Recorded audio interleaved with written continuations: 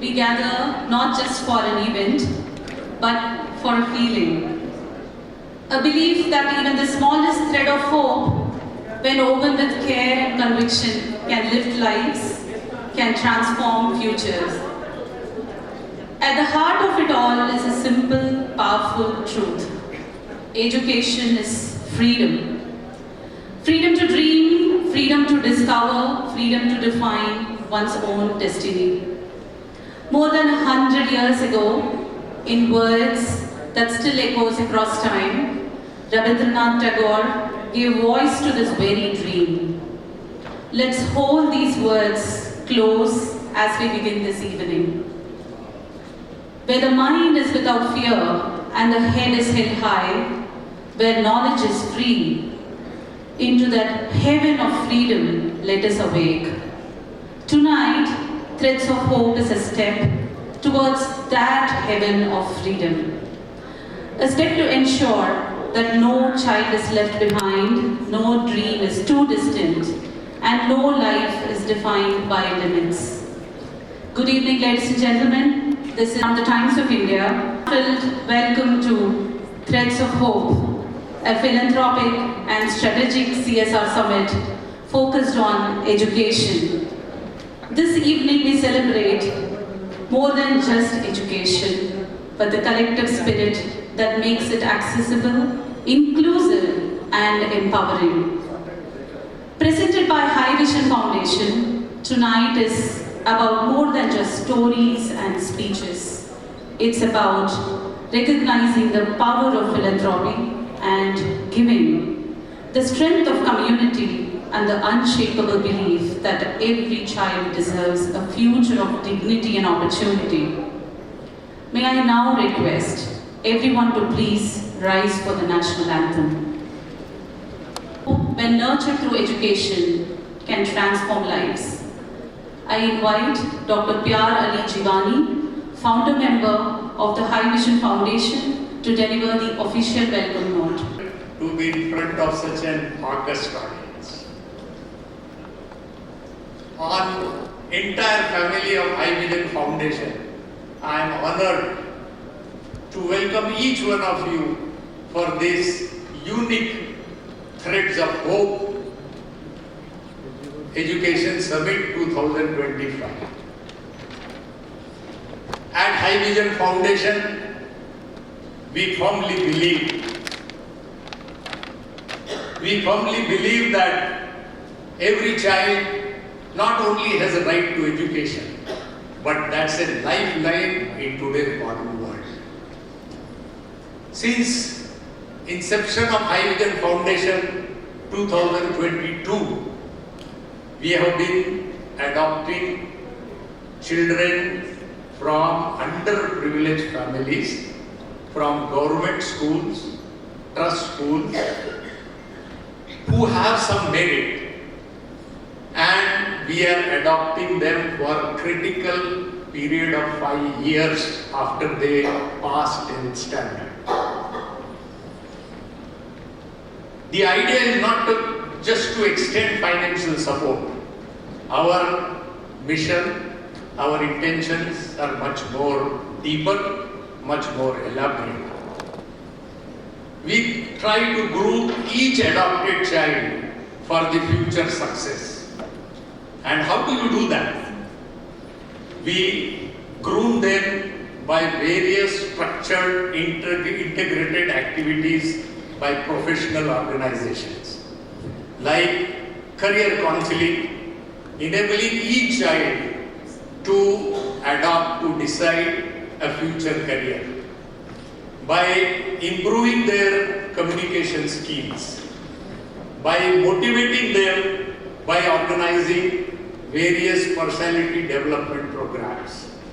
And not only this, so far all the adopted or sponsored children were taken to different organizations like King's Hospital, Google, Deloitte, Brown Bakery, to get a practical exposure that what lies ahead for them, where are the opportunities. And we believe that just financial support is not enough. And this kind of Ma'am, from this side. How are you all? Fine, madam. Good. So serious, like so serious. Everyone is hi. Let's take a picture. All good. Open anything. Close anything.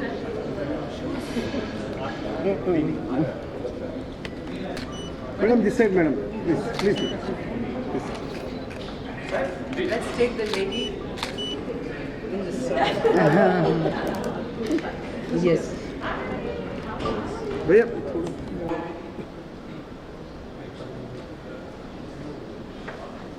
Hello. Yeah, back, come back. Okay. Dr. B. Bhaskar Bollineni, he is not only a renowned cardiac surgeon, but he is also a remarkable entrepreneur and chairman and managing director of King's Group of Hospitals. You will not believe that in 2022, when we proposed him the idea of starting a High Vision Foundation, he believed in us and voluntarily came forward to sponsor 100 students for 5 years. That worked as a booster for High Vision Foundation. Then we have Mrs. Rekha Srinivasan, Chief Executive Officer of United Way of Hyderabad. Mrs. Tara Menon, Global Head of Alumni Relations of prestigious Aga Khan Academy. Each one of these panelists, believe me, are trendsetters, role models, and each one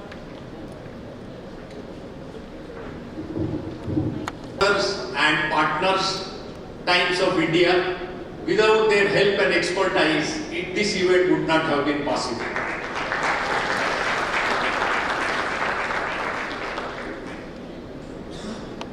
Much, Doctor. It's now my privilege to welcome someone who needs no introduction.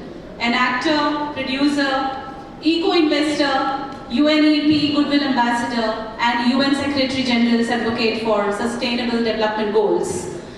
Ladies and gentlemen, please join me in welcoming the ever-inspiring, beautiful Miss Dia Mirza. May I request Dia to come up to the stage and address the gathering?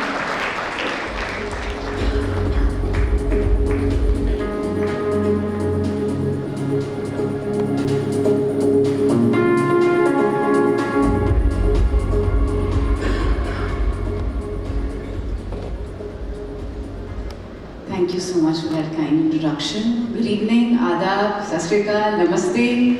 How are you, Hyderabad? Thank you so much for showing up in such strong, bold, incredible numbers to this extremely important and wonderful evening.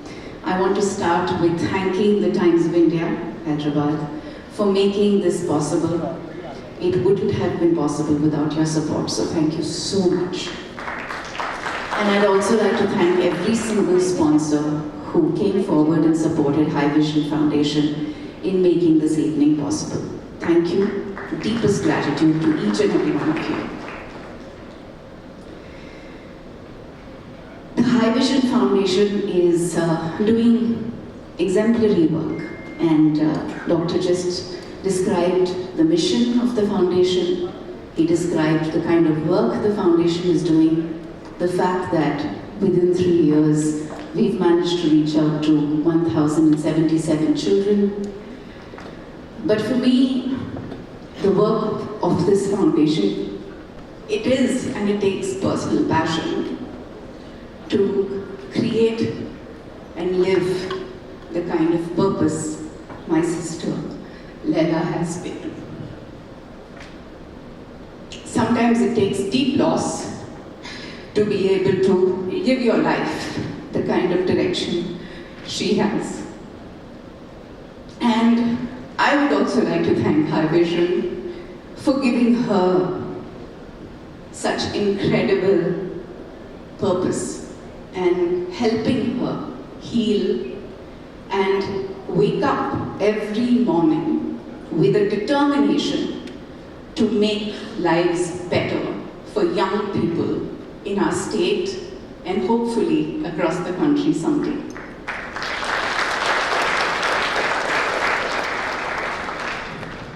She introduces herself today as a mother of over 1,000 children.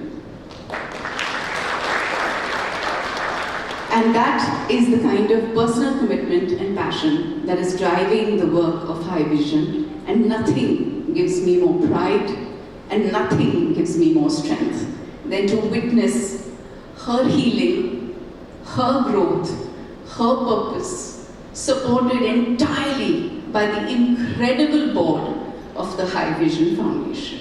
Thank you. I also want to thank every child who is a part of the High Vision Foundation, because you have no idea how much you do for the people who are working with you. So thank you. You give us a greater sense of clarity, a deepened purpose, and enormous love and strength. So thank you, each and every one of you. I'm not going to take more time. It's time now to introduce an extraordinary woman who I have the deepest respect and love for. And I am so, so deeply honored and humbled and grateful for her to have made the time to be with us tonight. And I'm pretty sure she's going to inspire you. She's going to inspire you just as much as she has for over 2 decades. Thank you. Much there for your heartfelt message. It's an absolute honor to invite someone who continues to inspire us with all her courage, confidence, elegance, and purpose. India's first Miss Universe and acclaimed actor, entrepreneur, and philanthropist, Ms. Sushmita Sen.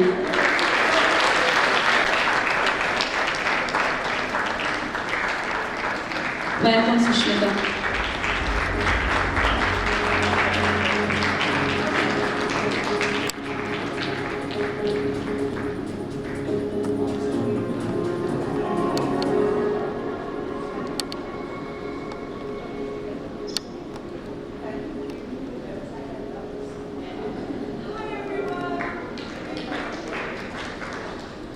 Ladies and gentlemen, we now move on to the most eagerly awaited program of the evening, the Fireside Chat, a candid conversation between two remarkable women, Diya Mirza and Sushmita Sen, as they reflect on purpose, giving, and the world we hope to build together. Over to you both.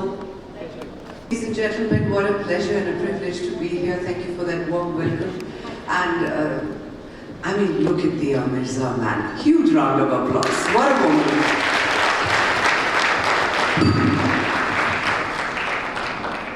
I love you blushing. Let's make more of that happen. Okay, I don't know whether you heard me. You were standing outside. Did you hear how grateful I am for you being here? Good. Did you also hear how much I've admired you for as long as you've been in the public life? And that means over 2 decades. But you know, you're here for many reasons. One of them is, of course, deeply personal. It's because you love me. But I'm here to honor the memory of my niece. And I remember in many of our conversations when she was growing up, asking her, who do you admire? Who do you think is an extraordinary woman? Somebody you really look up to, somebody who's filled with grace and poise and dignity. And she would take your name, Sushmita Sen.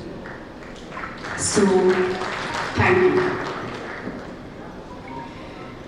You know, what I've admired most about you is the fact that you've always been deeply rooted, incredibly articulate, mature, well beyond your years. I will never forget your interviews when you were 18 years old. Your wisdom.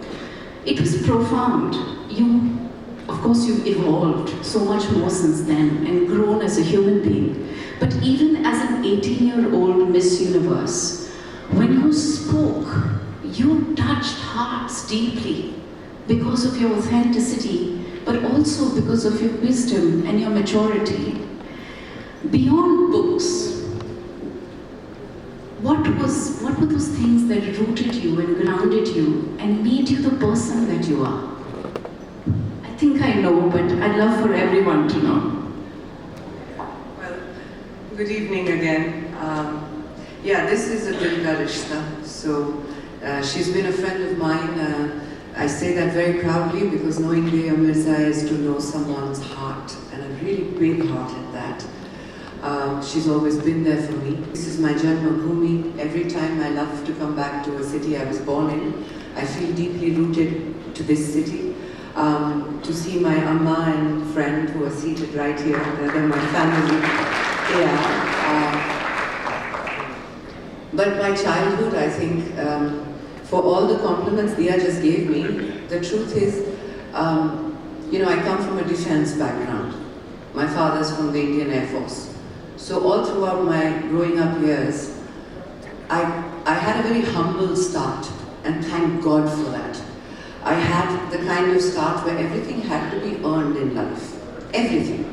I went to a Hindi medium school, so I had humble friends. I had people who were studying there not because they were sent to get a good education, but because they really understood the value of that education.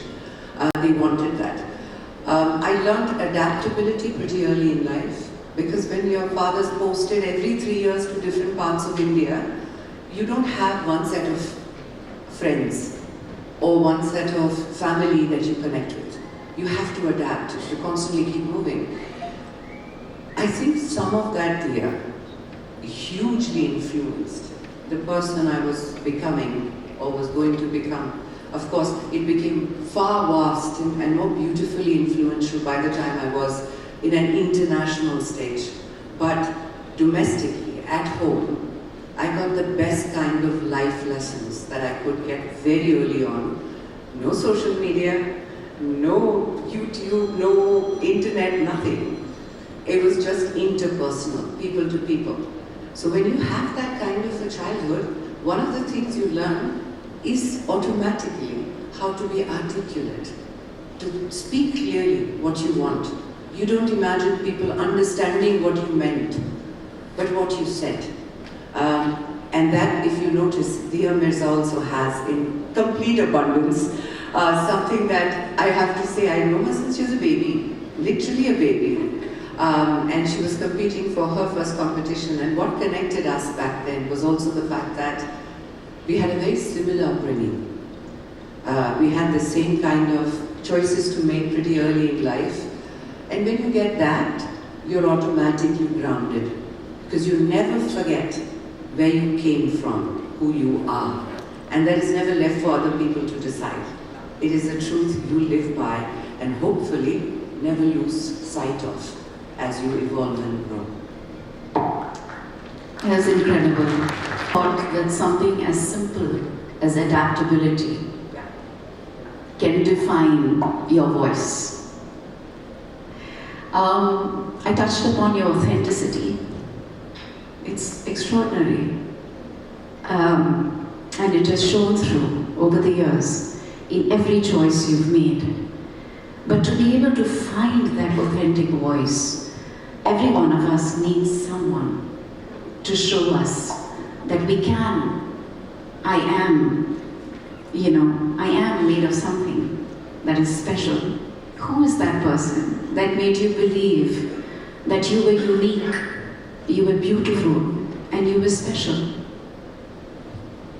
Well, that's a good question, Leah, because I think it was a cumulative effect. Needless to say, my mother is right at the top of that list of people. Yes, we will applaud her. She's an amazing lady, amazing.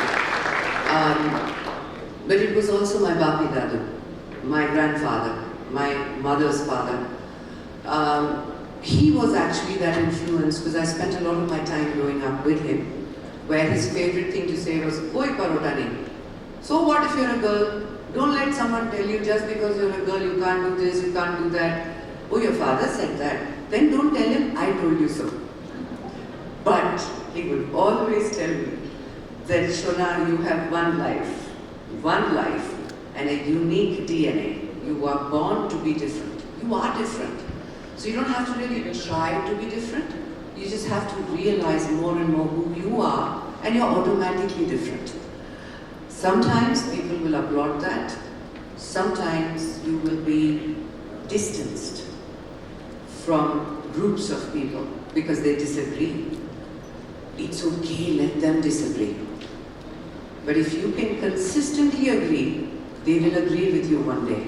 Because acceptance always follows rejection.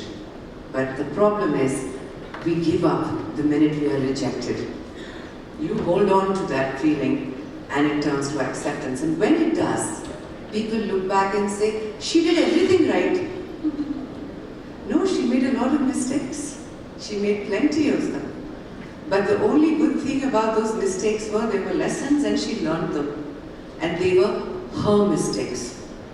They were not protection from other people's idea of mistakes. So I think that people like Bapi Dadu, my mom, my father in his own right, my family. So again, I go back to the fact that it was not a time where, unless you were a reader, a voracious reader like she is. Dia is like every book she's read. It's scary to talk to her about books. She's like, oh, that one. Which volume are you talking about? No, that was not the writer was this one. And I'm just like, इसके सामने ना books के बारे में बिल्कुल बात नहीं करेंगे. We're not going to talk about books. And I wasn't a bookworm. So my education was not from getting online and having inspiring, iconic examples. That came after Miss Universe. But growing up, it was family, it was friends, it was the Panwala who made tremendous sacrifices to send his son to school. He was an inspiration. It could be the president of a country. It didn't matter. I grew up with inspiration around me because I was a person who loved being inspired. Anyone could inspire me because I was so open to it. And that remains true even today, Priya. Anytime I can find it anywhere, I'll take it.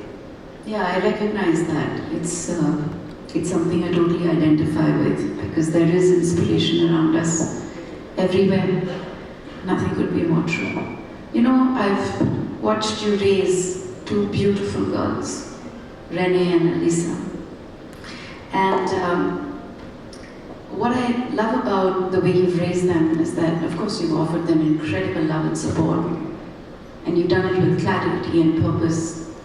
But is there something that you wish they would definitely learn?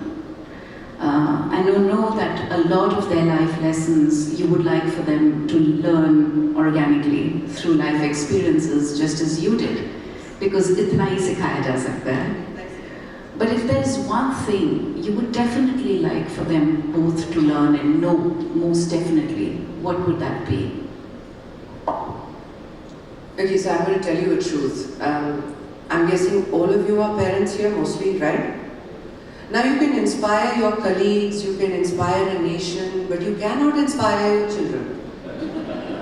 It's like ghar ki murgi dal barabar. you know, to the extent. that's not true. No, no, it's true. They It's true. are in awe of you. Yeah, they can be at times in awe of their mother, but inspired. When they're not in rebellion, they're in awe. I mean, I've had my younger one sometimes come and say, why do people take so many pictures with you? So I said, because, you know, I'm a little famous, you know, I'm an actor. What actor? You don't even do films. Alisa, can you not say that like soberly? Because that's actually a fact. It is a fact. But it's embarrassingly true sometimes, you know, so that they say things that really thumps it, hits you. So no, inspired I don't know. But I've always wanted my children to be authentic people. This I know. So whenever they come to me and say, Ma, what do you think we should do, this or that? And I'll say, what do you feel like doing? I will bring them to that answer. But I will not tell them the answer. This has been a practice that I have done since they were very little. Also taught them the value of having opinions, so that nobody tells you what to do all the time. You must have an opinion. Good, bad, ugly, acceptable, not acceptable, no. I think in a nutshell, dear, what I would want my children more than anything else to have is integrity as human beings. No matter what they do, what they achieve socially, emotionally, it doesn't matter to me. I think the mark of a successful human being is that they know that whatever they do in their life, they are the first people to stand up and say, oh, this job requires hard work, I'm in. You don't want instant gratification in life. You don't want to be dependent on someone else to define you as a person, including your mother. Nobody has that right. You can only encourage what is beautiful in you and tell you, maybe you need to work on that a little bit, because we all have something to work on. But integrity, Dira, I think if they have that and they have the willingness to work hard, then as a mother, I've given them the perfect skill set to go through life and become winners. Oh, yes, you have. They're kind, empathetic, generous, loving, wonderful girls. And I couldn't agree more about how important it is to have integrity. What an important life lesson for every child to have. So shall I talk to you forever? But you have a flight to catch, and you've been beyond generous with your time, so I'm not going to keep you more. But before we let you go, I would love for you to share a message with our young children here from High Vision Foundation. They're seated on both sides of the stage, and I'm sure they've learned a lot from your lesson, your answers. But if there's one thing you'd like to say to them before you go, please do. Firstly, congratulations. Yeah, you've been told to be very quiet and silent and sit quietly or what? No, no. If you've been told to do that, don't listen. Like I just told you, life is a celebration. And you will get one shot at it. Make the most of it, find your voice, scream it out. And I think the beauty of today's evening is also High Vision, Leila, the team, the volunteers, everyone attached to this beautiful family of hope, Threads of Hope as it's called. Do you realize each of us, each life has multitudes of relationships connected to that one life? So when you say we have already impacted 577 children, you know, 577, Leila confirms. 577 children with an aim to touch 1,000. These are small steps, but these are huge impacts. Because this generation, we are the youngest nation in the world. And so when you're impacting these lives, you're impacting a generation, a country, the mindset. And so, I just want to know for myself, can you make some noise? Can I hear you? Make that noise wherever you go and live a full life. Get an education, not just academic, but an emotional, social, every kind of education. And whenever you get a chance in life to travel, travel. Because the more you see of the world, the better people you will become. May you lead our country to greatness. Thank you so much for having me. Thank you.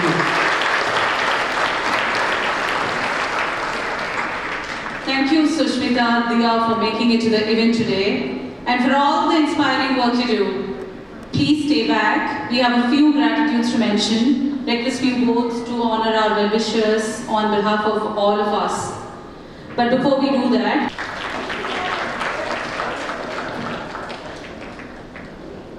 today we are honored to present 10 of our brightest stars, students who have achieved an outstanding score of over 97.77%. Following them, we celebrate another remarkable group of 10 dedicated student volunteers who have always stepped forward whenever help was needed. These inspiring young individuals are the heart and soul of the foundation.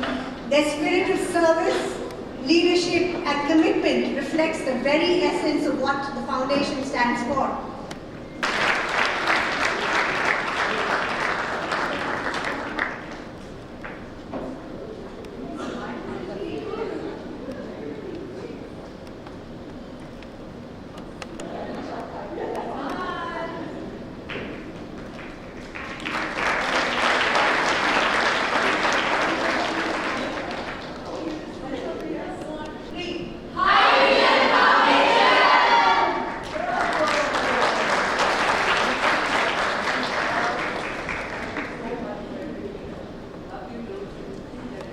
thank you so much. The team from Joya Lucas, Radha TMT, Ravi Foods, Mahavir Group to come on to the stage for a photo walk, please.